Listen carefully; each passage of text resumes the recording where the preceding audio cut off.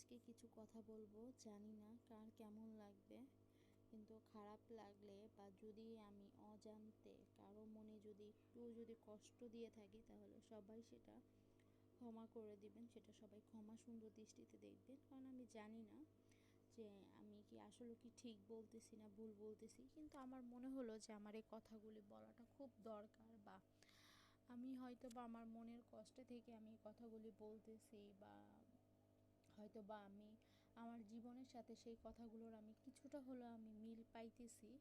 তো এই জন্য আমি এই কথাগুলি বলতেছি। সাপোজ মনে করেন যে আপনি দুনিয়াতে 5টা সন্তানকে জন্ম দিলেন, 5টা সন্তানকে আপনি দুনিয়াতে আপনি আলো দেখাইছেন। তো তার মধ্যে আপনি 5জনকে আপনি 5 চোখে দেখতেছেন।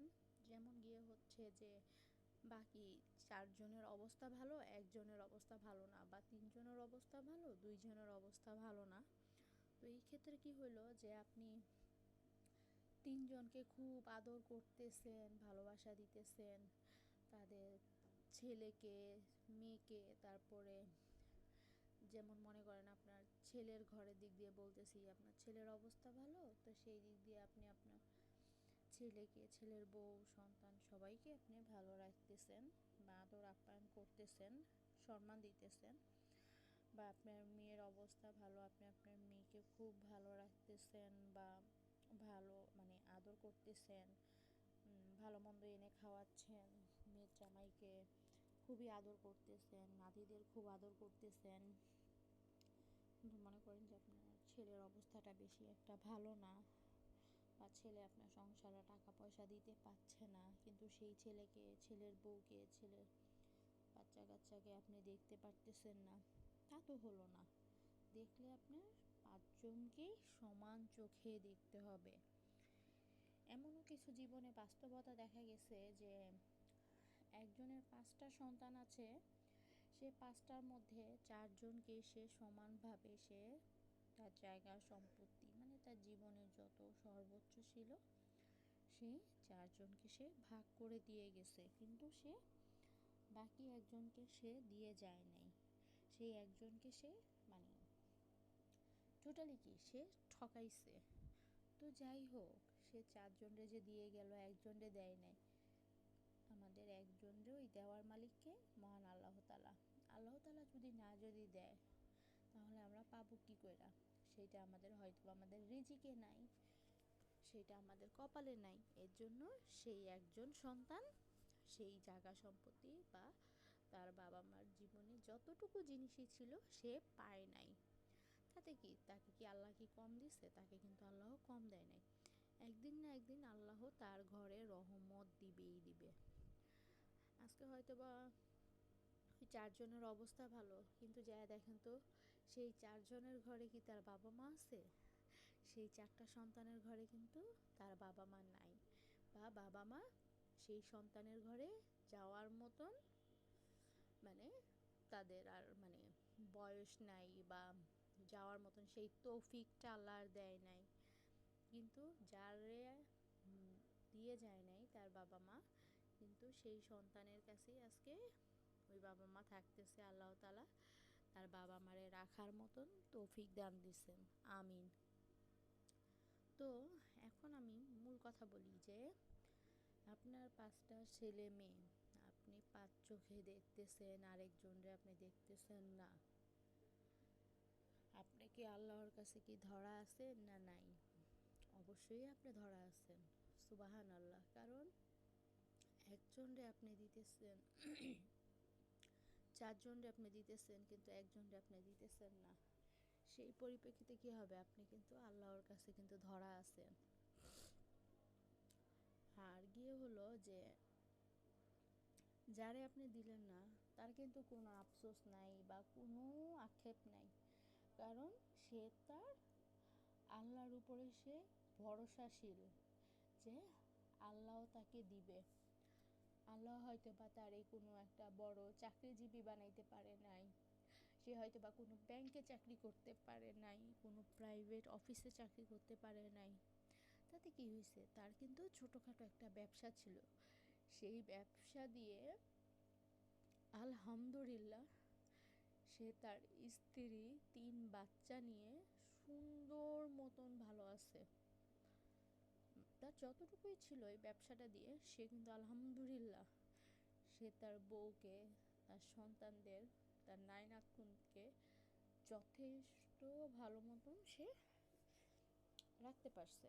কিন্তু সে কিন্তু ওই যে বড় মাপের কিন্তু কোনো কর্মকর্তা হইতে পারে নাই। কিন্তু যাদেরকে আপনি বড় মাপের চাকরিজীবী বানাইলেন বা মেয়েদেরকে আপনি ভালো ঘরে বিয়ে দিলেন, তারা কিন্তু যায় দেখেন প্রকৃত অর্থে তারা কিন্তু সুখে নাই, শান্তিতে নাই। কিসের জন্য নাই?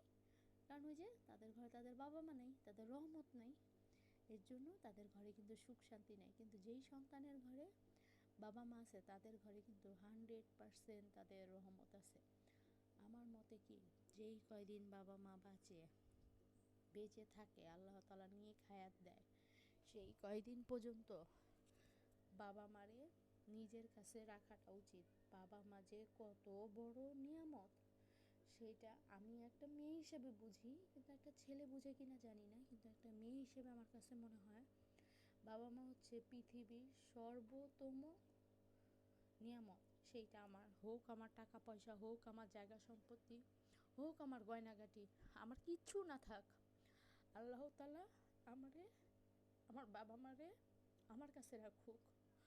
আমার কোনো দাবি নাই যে আমার বাবা মা আমার জায়গা দিয়ে গেল না কেন, তার ব্যবসা থেকে আমার 50% আমার দিল না কেন, সে আমার গয়না জুড়াই দিল না কেন, এগুলোর জন্য আমার বিন্দু পরিমাণ আমার আক্ষেপ নাই।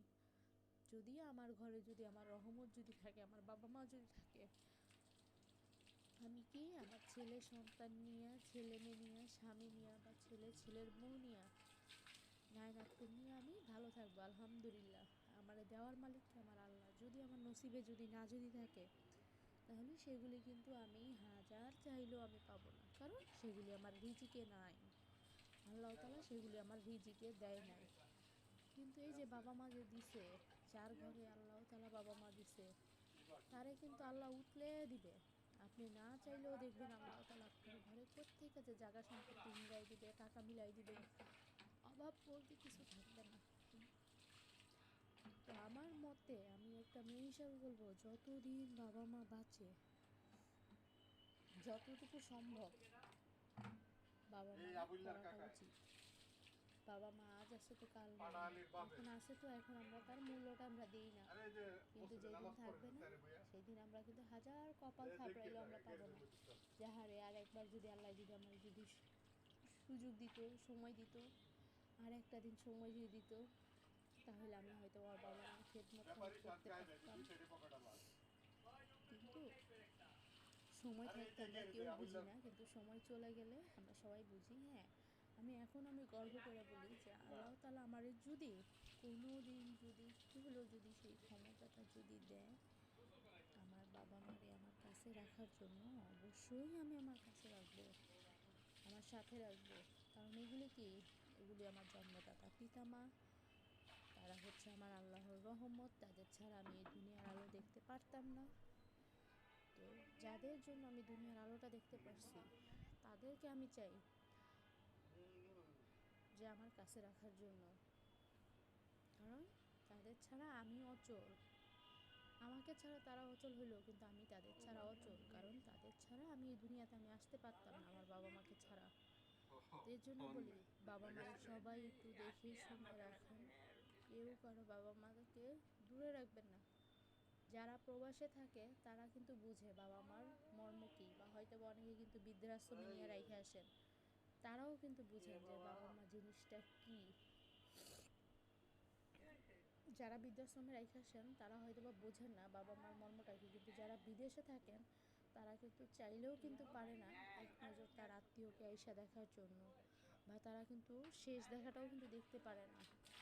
আবার অনেক সন্তান আছে যারা দেখেন বাবা অনেক কাছে আছে, তার হাতের নাগালে আছে, কিন্তু চাইলেও সে দেখতে পারতেছে না বা সে দেখতে আসে না। তো যাই হোক, আমি যার কথাটা বলতেছি এতক্ষণ ধরে তিনি হচ্ছে আমার আব্বু। আমার আব্বু আমার দাদা দাদির জন্য যতটুকু করতেছে, আমার মনে হয় কোনো সন্তান যদি তার গায়ে চামড়া কাইটা যদি জুতা বানায় যদি দেয়, ঋণ কোনোদিনও শোধ হবে না, শোধ হওয়ার মতন না। একটা সন্তান, একটা ছেলে সন্তান হইয়া যতটুকু করতেছে আমি জানি না, আমি একটা মেয়ে হিসেবে আমার আইডিয়া নেই যে একটা মেয়ে এতটুকু করবে কিনা, কিন্তু একটা ছেলে হয়ে একটা মেয়ের দায়িত্ব পালন করতেছে। তো এই জন্য বলতেছি যে বাকি চারজন যদি এতটুকু মানে খেদমত যদি করে, বা আমার আমার আব্বুর কথা বললাম যে তার ঋণ সবার গায়ের চামড়া কাইটা জুতা বানাই দিল, সেই সন্তানের ঋণ কোনোদিনও শোধ হবে না। কারণ তার ঘরে আছে কি, তার আল্লাহর রহমত আছে, তার বাবা মা আছে তার ঘরে। এর থেকে বড় রহমত আমার মনে হয় না যে আর কিছু হইতে পারে বা আর কিছু থাকতে পারে। আল্লাহ তাআলা শ্রেষ্ঠ নিয়ামত বা শ্রেষ্ঠ রহমত দিয়ে রাখছে তার ঘরে। আলহামদুলিল্লাহ, আলহামদুলিল্লাহ। সবাই আমার দাদার জন্য, আমার দাদির জন্য, আমার আব্বু আম্মুর জন্য সবাই বেশি বেশি করে দোয়া করবেন, কারণ তাদেরকে আল্লাহ নিয়ে খায়াত দান দেয়, আর তাদেরকে যেন আল্লাহর জন্য অশেষ রহমত যেন তাদের উপরে আল্লাহ যেন দেয়। তো আমি আবারও বলতেছি, আমার কথায় যদি কারো যদি বিন্দু পরিমাণ যদি খারাপ যদি লাগে, সবাই সেটা ক্ষমা করে দিবেন, কারণ আমি জানি না কার কাছে কেমন লাগছে, কিন্তু আমার কাছে মনে হইতেছে এটা হলো জীবনের বাস্তব কিছু কথা। বাস্তবের সাথে মানে বাস্তবের সাথে সত্যি এটা মিলে গেছে, হয়তো বা জিনিসটা মানে কি আমি জানি না, কিন্তু পুরাটাই কাজের সাথে কথাগুলি সবই মিলে গেছে। তো সবাই ভালো থাকবেন, সুস্থ থাকবেন। আল্লাহ হাফেজ, আসসালামু আলাইকুম।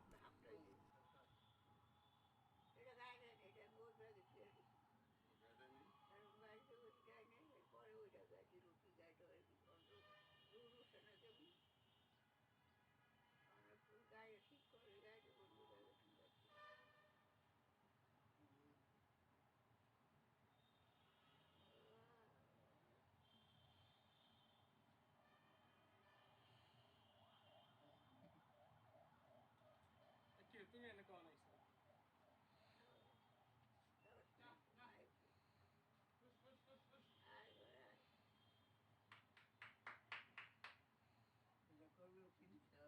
এটা তো পুরান, অনেক আগে, আবার নতুন আনছি তো আপনার লিগে, ব্যাগে আছে নতুন।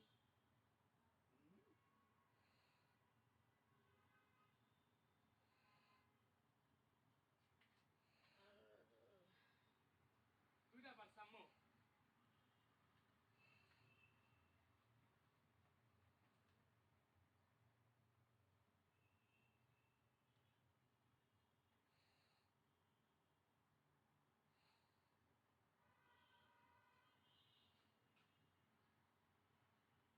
আমার 3 লাখ রুপয়ে গেছে।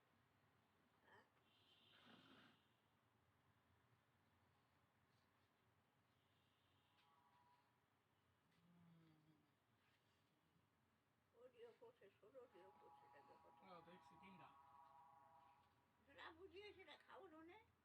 নাই এই সে যখন